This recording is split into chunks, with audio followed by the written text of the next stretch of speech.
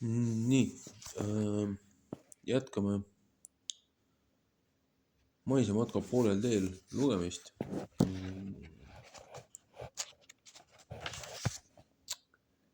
Leeriõpik siis täiskasvanutele.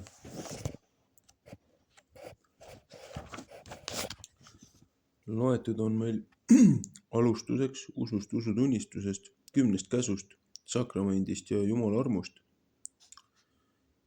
Jõudsime järjega palvest ja meie isa palvest, see on siis 107 on küll tiitelleht või pealkiri, aga reaalne sisu hakkab leheküljest 109. Esimene küsimus on, mis on palve?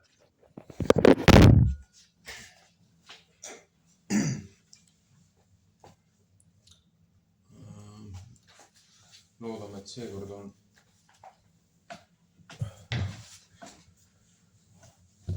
normaalselt heli kuulda.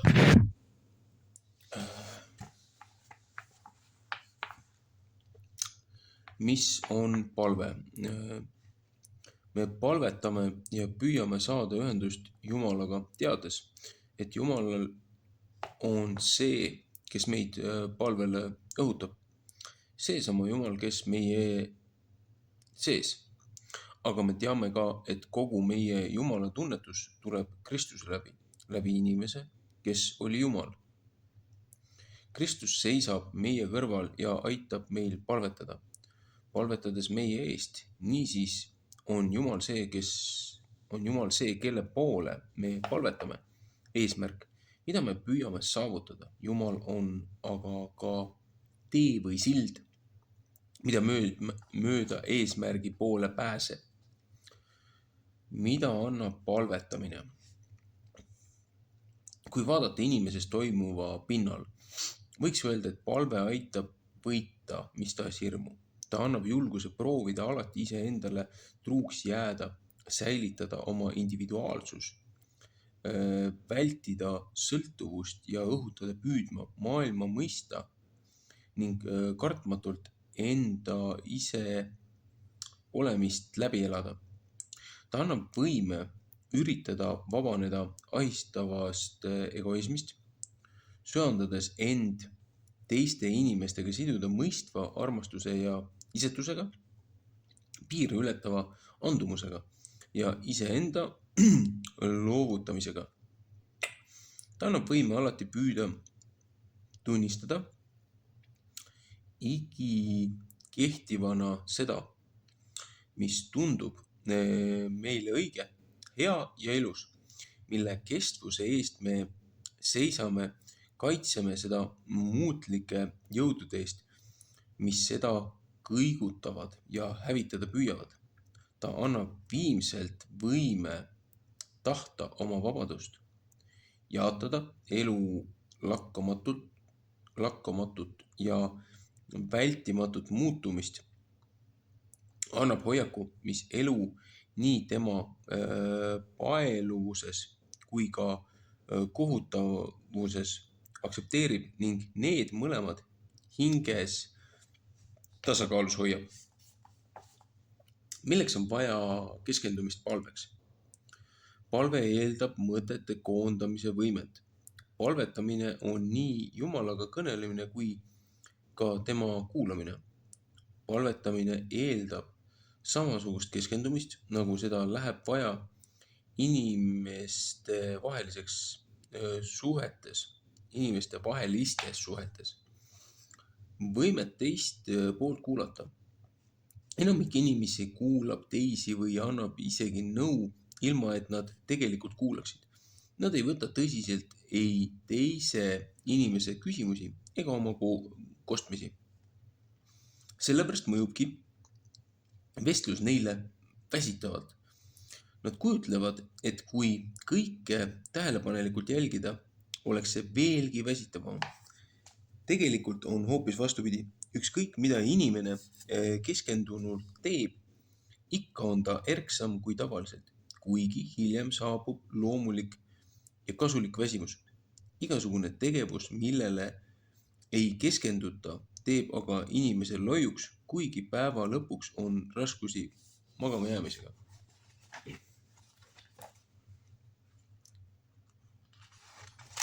filosoof William James 1842 kuni 1910 on öelnud, mässavad lained, mis rikuvad tormi ajal ookeanipinna rahu, jätavad sügavad põhjakihid puutumata.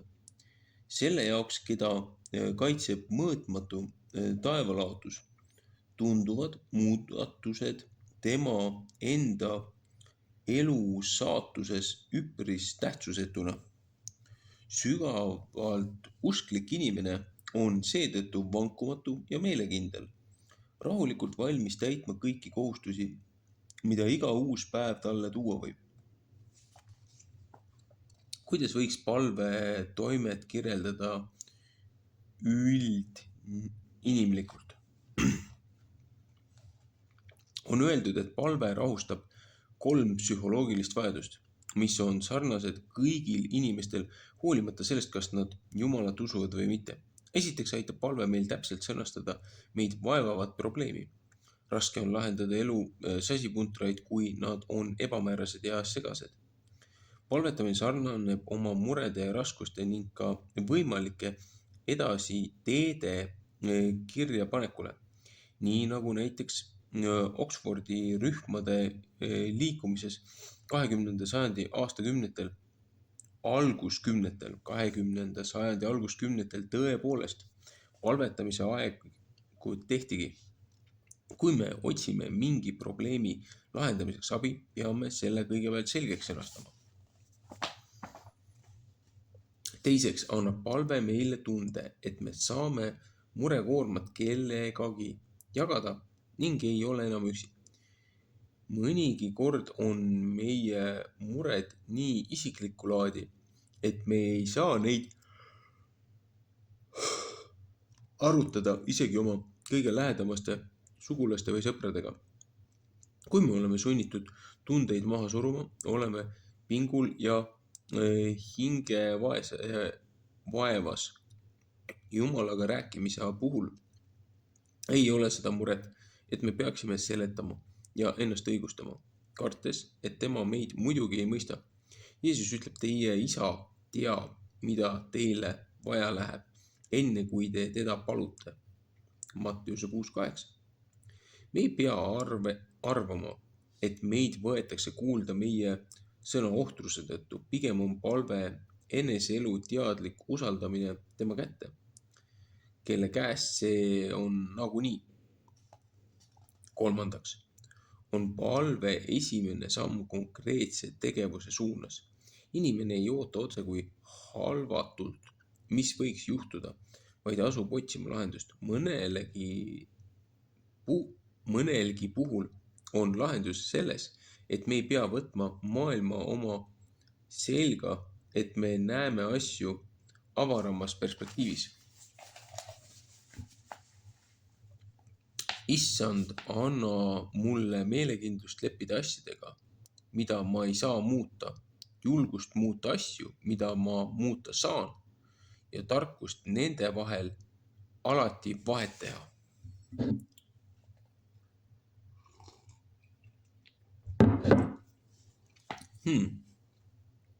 Mis vahe on palvel ja mediteerimisel?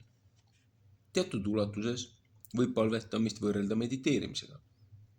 Vahe on selles, kas me otsime iseenda seest veel kasutamata jõuvarusi või avame ennast oma loojale, ent teatud piirini on toime analoogne.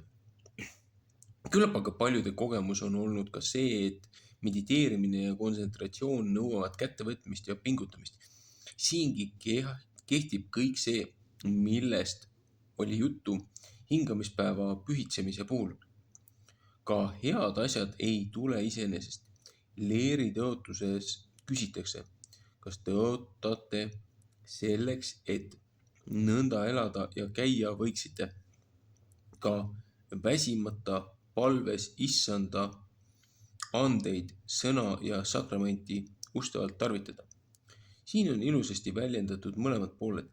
Selleks, et me võiksime Jumalat kõigest südamest ja ligimest kui iseennast armastada, peame ustavalt tarvitama issanda andeid. Palvega algame ja lõpetame oma päeva. Oma igapäevasele leivale palume jätku ning oma tööle õnnistust. Me palume Jumalalt oma kambris, Matteuse 6.6 ja ühes kaaskristlastega, Apostlite 2.41.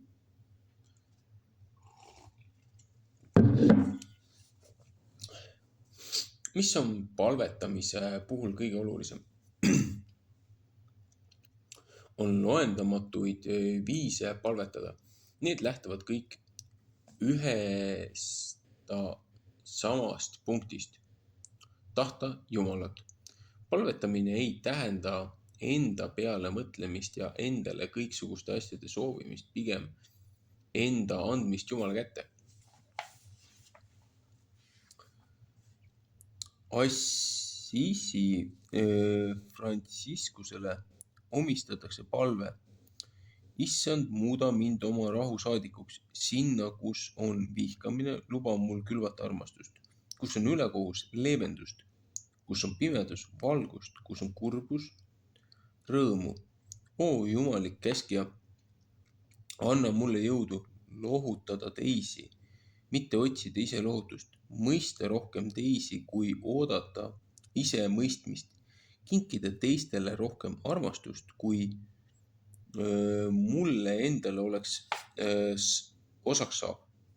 Sest just teistele andes me saame ise teistele andestades, saame oma padud andeks ning surres sünnimegi igavesele elule.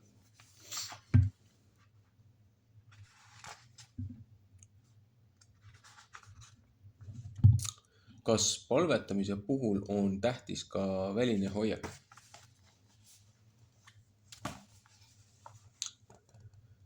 Palve liigutused aitavad keskenduda mõtlemist.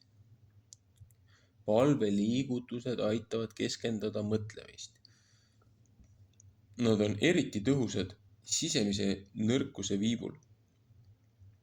Ristikäsi palvetamine võib takistada mõtteid laiali valgumast. Nõnda on võimalik paremini mahutada palvesse oma pisikese elu rõõme ja muresid. Ei ole ükskõik, kas inimene palvetab jalg üle teise või kummuli maas. Kui me enam ei lase põlvili Jumala ette, siis viimaks ma enam-vähem unustaksin tema läheduse ja tõelisuse ja kauguse, mis lahutab loodud loojast. Koguni siis, kui süda on tühi ja mõtlemine tukub, teadlik liigutus ei lähe iial kaotsi. Kõik liigutused jätavad meisse omaette jäljed. Tehtud toiming jääb omaette asjaks. Hoolimata mõistuse ja tunnete tõrkeist. Fanny de Silvers ütleb, heida kummuli lange näoli maha nagu püha Paulus Damaskuse teel. Taju tuttavat pinda, mis meid kannab meie päevade otsani.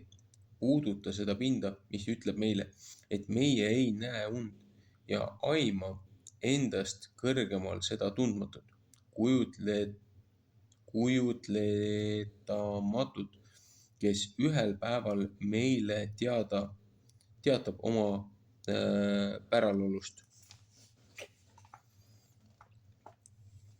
Mida tähendab õnnistama heebrea keeles?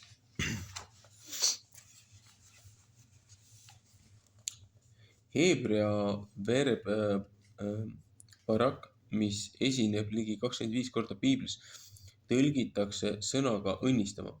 Meie sõna õnnistus kannab endaga kaasas väga suurt assotsiatsioonide koormat, millel ei ole otseselt tegemist Piibli kujutlusega. Elava keele igal sõnal on täpne maitse, millega iga selle keele sündinud kõneleja on tuttav. Meie jaoks on õnnistamine mingite pühade sõnade lausumine või mingi üleloomuliku väe vahendamine. Heebrea keele kõnelejale aga oli barak ülimalt konkreetne asi. Perek tähendab põlve ning verb PRK põlvitama. Sagedamini kasutatakse seda verbi kasutatiivi vormis põlvili panema, sest tavaliselt, kuigi mitte alati, on Jumal see, kes õnnistab ning inimene on põlvili. Sellepärast Vana Testamendi tekstides tüvi PRK tähistab lihtsalt konkreetset põlvili heitmise tegu, kuulekuse vähendamist, aupaklikkuse austamist, füüsilist alandust. Abstraktne ülekantud tähendus on lisandunud hiljem. Kust saada elamiseks jõudu? Palve on kõige kindlam tee, mis viib eluallikale. Meie jõud on piiramatu. Meie jaks kahaneb üsna kähku. Võime olla parimas eas ja väga võimekad. Ometi on asju, mille puhul me tunneme, et ihu üksi ei jaksa. Meil on vaja saada väljast energiat enda toitmiseks, oma tühjade patareide laadimiseks. Meil ei tarvitse seda meeleheitlikult otsida teiste inimeste juures. Seda leidub üliküllaselt Jumalas, kes enam kui rohkesti võib teha üle kõige selle, mida me palume või mõtleme. Meis toimivad vägemööda. Efesose 3:20. Kuidas on võimalik lakkamatult ja väsimatult palvetada? Paulus õhutab palvetage väsimatult, olles ärkvel selle aegu tänuga. Kolossiuse 4:2. Meid ei oleks käsitud palvetada lakkamatult, kui palve ei võiks olla muud kui vaid ridasõnu. Ei ole võimalik katkestamata korrata vagu lauseid, aga võib tahta Jumalat igas oma toimingus, igas oma liigutuses tuleb palvetada lakkamatult kõiki võimalikke palveid, sest aeg tõttab. Tuleb elada ja palvetada igavikus, mitte teoreetilises, vaid konkreetses igavikus, mis sisaldab minevikku, olevikku ja tulevikku. Tuleb palvetada sellega, mis on käes ja sellega, mis saabub, ent unustamata minevikku. Ei maksa asju lahutada illusoorseisse lõikudesse ega kujutleda, et me oleme homse peremehed ja meil pole enam mingit võimu eilse üle.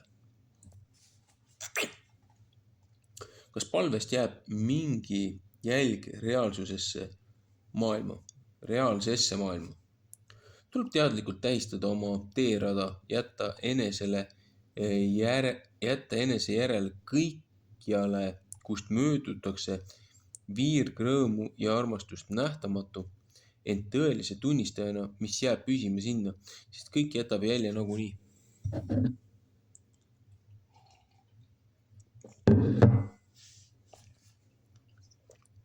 Ka sisaliku tee kivil jätab jälje, kuigi me seda ei näe. Iga mõte, mis tuleb ja läheb, jääb kuhugi alles. See, mis sa naeratades kinkisid, võib kunagi otsa saada, aga naeratus jääb. Rõõm, mida sa kinni püüda ei teadnud, jääb igavesti ootama. Isegi ütlemata jäänud sõnad on mõttes öeldud ja kuhugi talle pandud. Kuidas muidu meie lühikeste päevade arv saab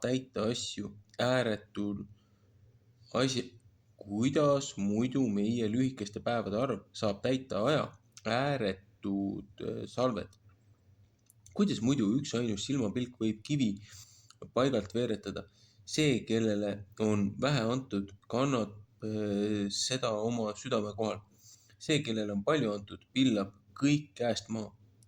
Kõigi teede pikkus ajas on võrdne. Ka ristikivi.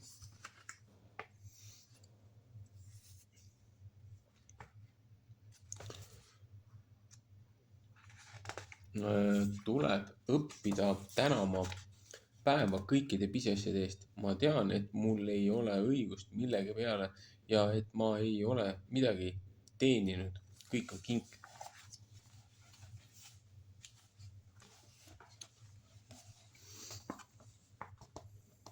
Mida peaksime endale paluma? Iseloomulik on, et Uues Testamendis õhutatakse meid paluma tarkuse pärast, aga kui kellelegi teist jääb vajaka tarkust, siis ta palugu Jumala käest, kes kõigile annab ilma pikemata ega hurjuta ja talle antakse. Aga ta palugu usus ilma kahtlemata, sest kahtleja sarnaneb tuule tõstetud ja sinna-tänna loobitud merelainega. Too inimene ärgu ometi arvaku, et ta midagi saab issanda käest. See kahemeelne mees kärsitu kõigil oma teedel. JK, kas see on Jakobus 1:5-7. Viimaselt on see sama, mida Jeesus kinnitas. Kui nüüd teie, kes olete kurjad, oskate anda häid ande oma lastele, kui palju enam Isa taevast annab püha vaimu neile, kes teda paluvad. Meie lootus tõelisele tarkusele ja püha vaimu saamisele rajaneb sellel, et tema ise tegutseb meis. Paulus julgustab, aga vaim tuleb appi meie nõtrusele. Me ei tea ju, kuidas palvetada, nõnda kui peab, kuid vaim ise palub meie eest sõnatute ägamistega. Südamete uurija aga teab, mida vaim seirab, sest Jumala tahtmise järgi ta palub pühade eest. Kiri roomlastele 8:26. Fanny de Sivers lõpetab oma imeilusa raamatu mateeriasse kootud palvesõnadega. Maailm ehitab end meie silma all. See maailm, mis kuulub kuningriiki, ei mitte see, mis on aldis illusioonide vürstile ja mis on mõistetud kadumisele.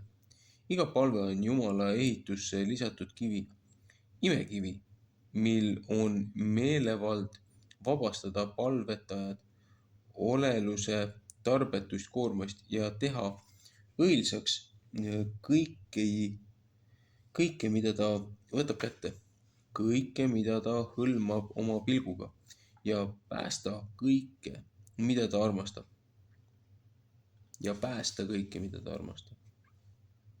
Mille vastu aitab meid palvetamine? Palve on tõhus relv paha vastu meie eneste sees ja meie ümber, parim vahend viha, lootusetuse, hirmu ja tüdimuse vastu. Palve vabastab.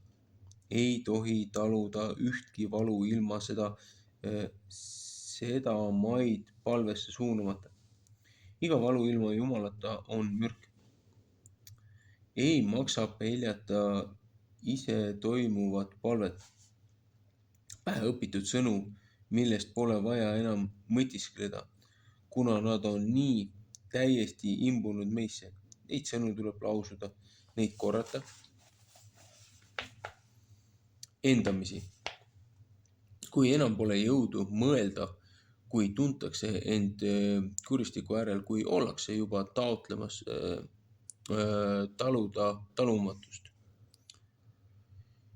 Kiirnähtamatust maailmast tulnud ja südames vastu võetud valgust võib päästa langemast. Tuleb lahkuda nähtavast maailmast iga kord, kui see hakkab käima üle jõu. Mis on meie Isa palve? Selleks palveks, mida me võime aina korrata, on näiteks meie Isa palve. Kirikuisa Tullianus umbes 150–208 on seda nimetanud Breivarium toitus kogu evangeeliumi lühikokkuvõtteks. Meie Isa, kes sa oled taevas, pühitsetud olgu sinu nimi, sinu riik tulgu, sinu tahtmine sündigu, nagu taevas, nõnda ka maa peal. Meie igapäevast leiba anna meile tänapäev ja anna meile andeks meie võlad, nagu meie andeks anname oma võlglastele. Ja ära saada meid kiusatusse, vaid päästa meid kurjast, sest sinu päralt on riik ja vägi ja au igavesti. Amen. Ta on otse kui kõigi kristlaste usutunnistus, palvevormis tunnistus, mis ei räägi usust, vaid milles usk leiab väljenduse. Meie ei saa kuidagi kaua uskuda ega rääkida Jumalast, kui me ei räägi Jumalaga. Kust on meie Isa palve pärit? Selle palve õpetas Jeesus oma järelkäijatele. Uues testamendis on 2 versiooni meie Isa palvest. Mäejutluses Matteuse 5:7 räägib Jeesus palvetamise väärvormidest Matteus 6:5–8 ja ütleb siis: teie palvetage siis nõnda. Luuka evangeeliumis, kus tihti räägitakse, et Jeesus läheb üksinda palvetama, tulevad ta jüngrid tema juurde. Issand, õpeta meidki palvetama, nõnda nagu ristija Johannes õpetas oma jüngrid. Luuka 11:1, mispeale Jeesus õpetab neile sama palve mõnevõrra teises ja lühemas sõnastuses. Nende 2 põhjal on koostatud selle palve liturgiline kuju. Miks me ütleme meie Isa? Palve algab pöördumisega Jumala poole, meie Isa, kes sa oled taevas. Matteuse 5:9, Luuka 11:2. Lihtsalt Isa. Miks just meie? Kui Jeesus ise ütles minu Isa, küllap juba sellepärast, et tema vahekord Isaga on hoopis teist laadi. Jeesus ütleb minu Isa Matteuse 7:21, 10:32, 11:27, Markuse 14:36, Luuka 2:49 ning palju kordi Johannese evangeeliumis ja teie Isa Matteuse 5:16, Markuse 11:25, Johannese 20:17. Kristlased on Jumala lasteks adopteeritud Johannese 1:12, 18, roomlaste 8:15-29, Gallantiuse 4:6, 1. Peetruse 1:17, 1. Johannese 3:1. Kui meie ütleme meie Isa, siis me oleme Jeesuse kõrval, kelle kaudu Jumal üldse on meie isaks saanud. Kuid mitmus näitab ka, et Isa ees ei saa ainult üksi seista. Palves võtame ikka kedagi kaasa. Ikka on kellegi eest kosta. Paulus kirjutab oma koguduste liikmetele, et ta mainib nimepidi neid oma palvetes. Filippuse 1:3, 1. Tiituse äkki 1:2. Palve ei ühenda meid üksnes Jumalaga, vaid ka kaasinimestega. Paulus palvetas oma koguduse pärast.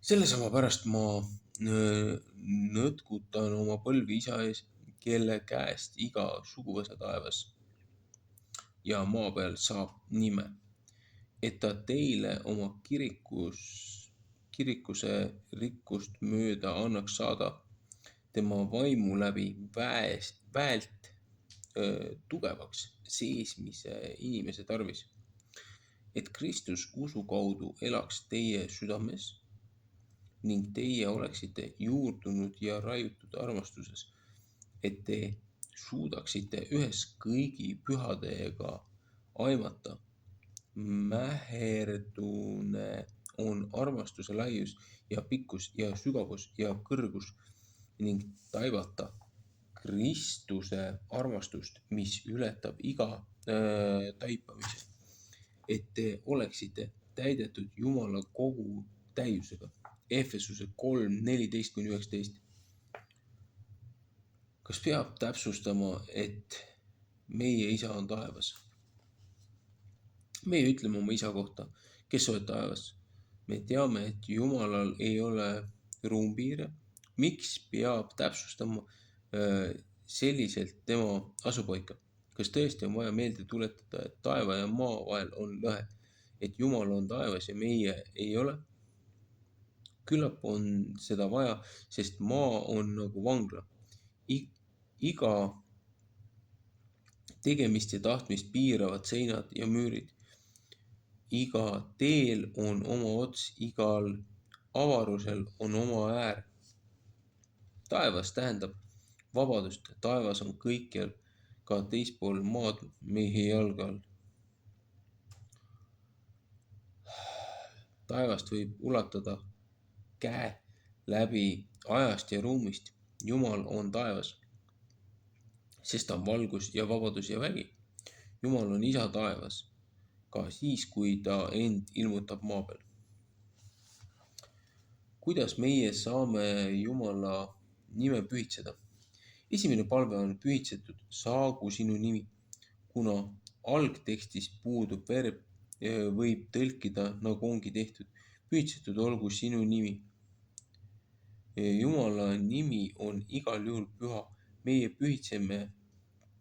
pühitsemine ei saa sinna enam midagi juurde panna.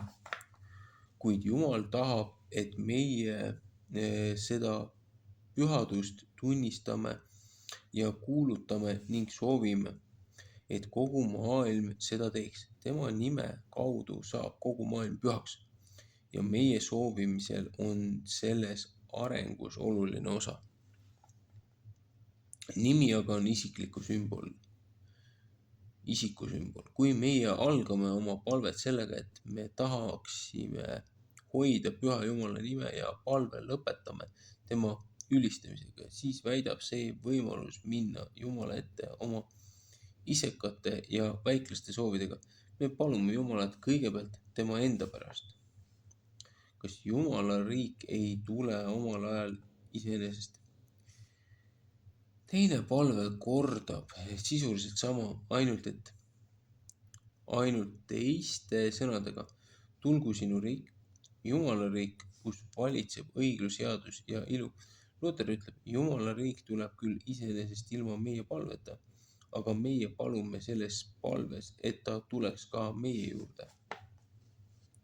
Palve kaudu võib olla Jumala kõikvõimsuse osaline. Olla kõigepealt osaline Jumala teadmistes, mis tal on oma loomingust, et mitte paluda temalt absurdseid asju, mil pole tähtsust moel, kui vaid meie pisikesel inimlikul vaateväljal. Tuleb palvetada, et suuta taibata, et saada teada, et õppida armastama. Kas kõik, mis niikuinii sünnib, ei ole Jumala tahtmine? Ka kolmas palve osutab samasse suunda. Sündigu sinu tahtmine ka maa peal, nii nagu taevas. Matteuse 6:10, Luuka 11:2. Puudub jälle taevas ja maa, jälle lõhe nende vahel. Jumala tahtmine sünnib taevas. Võib-olla just see teebki taeva taevaks, aga maa peal valitseb inimese tahtmine. Ja inimese tahtmine on võim olemuste ja asjade üle, nauding teiste arvel, kadedus ja riid. Jumal laseb sel sündida. Ta ei sega pidevalt vahele. Aga meie tohime paluda, et meie ei sünniks meie endi tahtmine. Et meile ei sünniks meie endi tahtmine, vaid tema oma. Ja juba nüüd maa peal.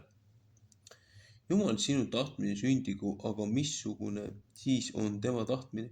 Me ei tea seda üsna tihti ja vahel võime ennast petta ka siis, kui arvame, et teame. Igal juhul ei tohi me oma tahtmist esitada tema omana, vaid seda me palumegi, et ta meile ennast oma nõu ilmutaks. Ennast ja oma nõu ilmutaks.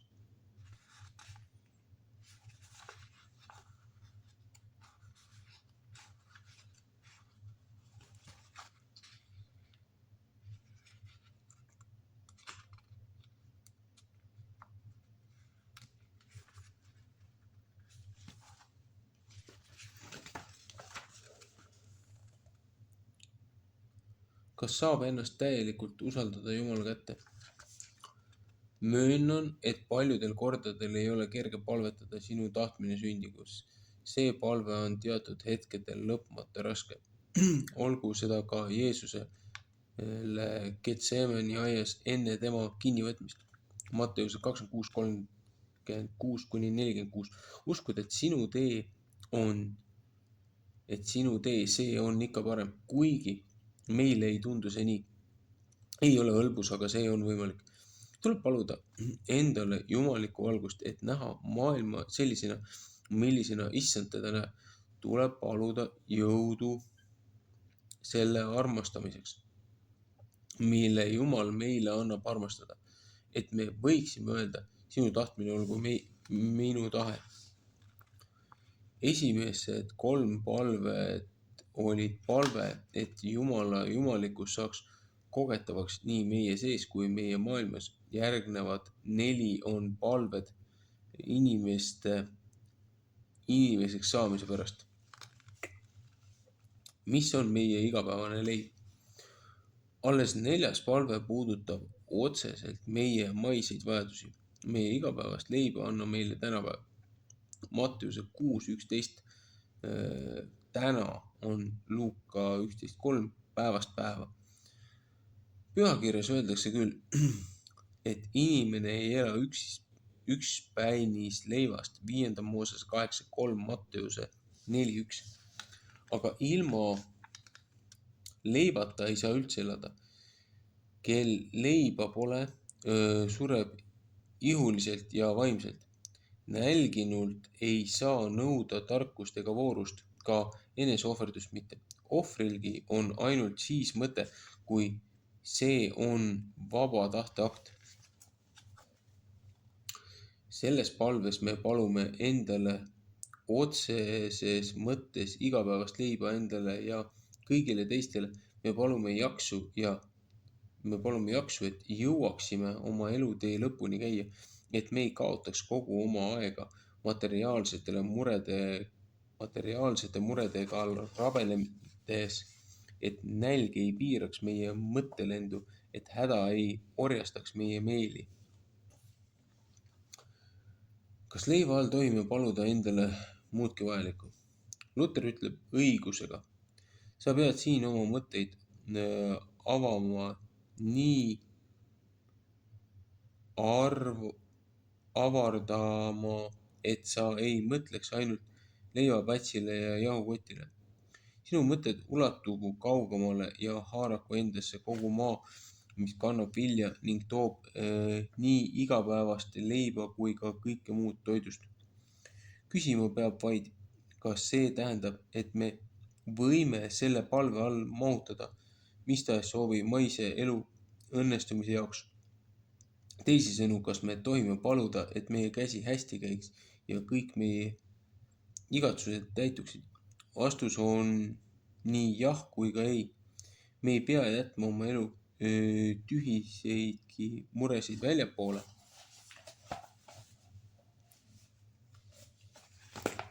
Oma palvet otsekui ootama meid, et nad siis pärast palvet uuesti meile kallale sööstaksid, vaid võime võtta nad kaasa oma palvetesse, aga meie peame igale oma palvesoovile lisama sõnad, kuid ärgu sündigu see, mida mina tahan, vaid see,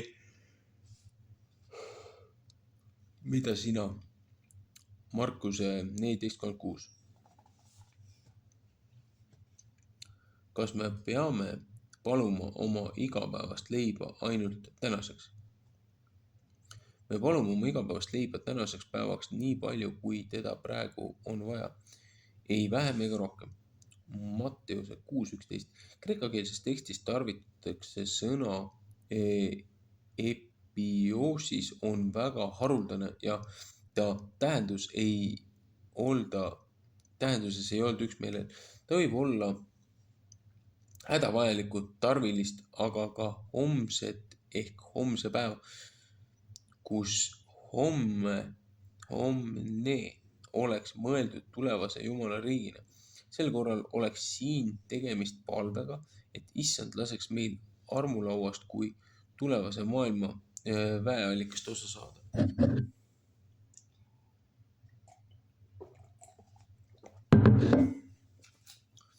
Me palume toidu tänaseks päevaks, ihule ja hingele, et jõuaksime homseni vastu pidada. Homme on jälle päev, jälle täna, mille usaldame isa hoolde. Jeesus ütles, ärge siis hakake muretsema homse pärast, sest küll homme päev muretseb iseenese eest. Igale päevale piisab oma vaevast. Matteuse 6:3-4. Miks peab ennast võlglaseks tunnistama? 5. palve on ja anna meile andeks meie võlad, nagu meiegi andeks anname oma võlglastele. Matteuse 6:12, Luuka 11:4. Ja anna meile andeks meie patud, sest meie annamegi andeks igaühele, kes on meile võlgu. Võlgu olemine on ebameeldiv asi. Oleme siis ise võlglased kellegi või keegi meile. Vääratused on samasugune lugu. Keegi ei taha tunnistada, et ta eile eksis, kuigi see tähendab ju, et ta täna on targem, on muutunud ja mõistab. Jeesusest esimesest veretunnistajast Stefanosest räägitakse, et nad on palunud Jumalat oma hukkajate eest. Miks meie võlad antakse andeks alles siis, kui meie andeks anname oma võlglastele? Ometi me palume, anna meile andeks meie võlad, nagu meiegi andeks anname oma võlglastele. Siin pole vähimatki vihjet, et meile pakutakse andeks andmist ka mingitel muudel tingimustel. On öeldud selge sõnaga, et kui meie andeks ei anna, siis ei andestata ka meile. Matteuse 6:14. Kordab Jeesus seda pärast palve lõppu eraldi. Muid võimalusi ei ole, mida me peaksime siis tegema, kui me ei suuda meile tehtud kurja andestada. See on tõsine küsimus. Arvatavasti ei tasu hakata peale raskemate kuritegude andeks andmise võimaluste teoreetilise analüüsiga, vaid päris igapäevaste võlgade tegeliku kustutamisega. Aga veel enne tasub mõelda, kuidas me toimime iseendaga, sest meile öeldakse, armasta oma ligimest nagu iseennast. Kuidas me toimetame tegelikult iseenda võlgade ja puudujäämistega? On inimesi, kes on tavaliselt küll vaid näiliselt iseendaga alati ja väga rahul. Enamasti on see aga nii, et me ei ole ennast kuigivõrd vaimustatud ega tunne ka, et meie endile eriti meeldiksime. Sooviksime olla palju paremad. Aeg-ajalt me teeme mõndagi, mida me tõsiselt häbeneme ja hea meelega sooviksime hoopis olematuks. Ometi ei suuda keegi ennast pidevalt põlastada. Me peame endaga leppima, kuid kui me ei taha kaotada oma vaimset tervist. Ükskõik kui vastumeelne meile on meie argus või ahnus või mis tahes muu, me peame ennast sellegipoolest välja kannatama. Tegelikult me ju sellepärast oma enese inetuid tegusid jälestamegi, et me iseennast armastame. Me ei saa neid puudusi enda juures sallida, sest me hoolime enesest. mida tähendab armastada ligimest. Samasugune on lugu ka teistega. Nõue armastada oma ligimest ei tähenda seda, et ta peaks meile eriti meeldima või et peaksime pidama teda kütkestavaks olendiks. Kristlus ei oota meilt, et me suruksime maha oma pahameele õeluse ja reetlikkuse üle. Ükski sõna, mis oleme nende vastu öelnud, ei tarvitseks olla ütlemata, aga meilt oodatakse, et me suudaksime nendesse teiste juures samamoodi kui enda juures kahetseda, kui keegi on teinud halba ja lootes, et ta kunagi, kuidagi ja kuskil saab taas paremaks ja inimlikumaks.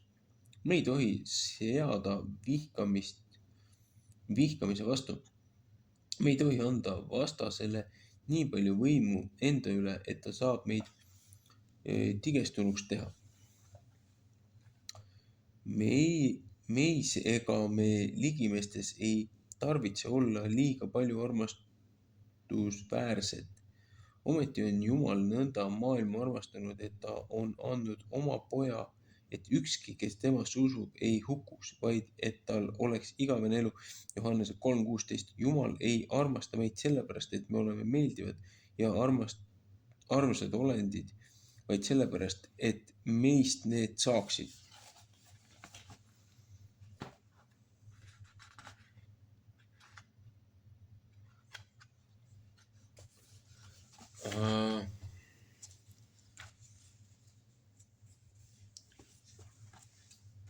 Siinkohal ma tänaseks lõpetan. Mida tähendab, et Jumal armastab meid? On järgmine osa.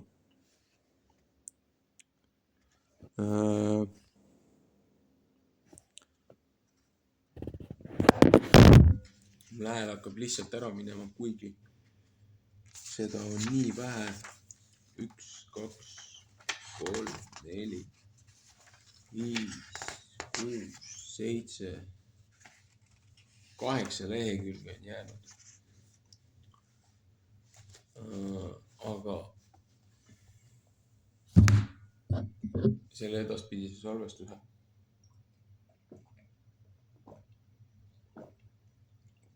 ja lugemine ma teen järgmises osas.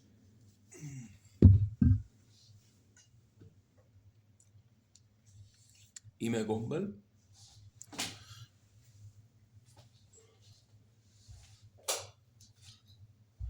mul ei ole siiamaani selle lugemise osas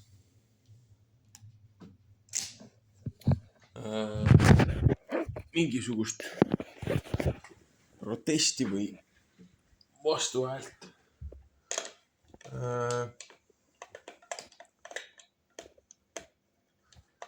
Ma ei ole leidnud siin ei ideoloogilisi ega filosoofilisi ega muid häirivaid väljaütlemisi.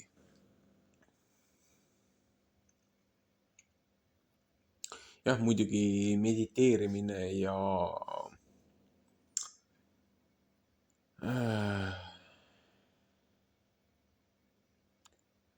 siis mõtisklemine või kuidas see oli? Meditatsioon ja mediteerimine. Jah, need on natukene erinevad asjad, erinevad praksised. Kuigi neis on väga palju ühiseid jooni. Et selles mõttes seda isegi mainiti siin.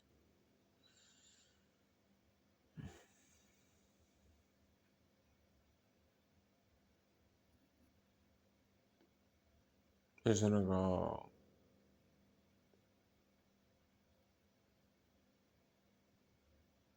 päris lihtsalt ja päris hästi seletatud siiamaani seda osa, mis näiliselt ei tundu olema vastuolus nende arusaamadega, kuhu ma olen nende loe tõeotsingu aastate jooksul jõudnud, mis puudutab palvet.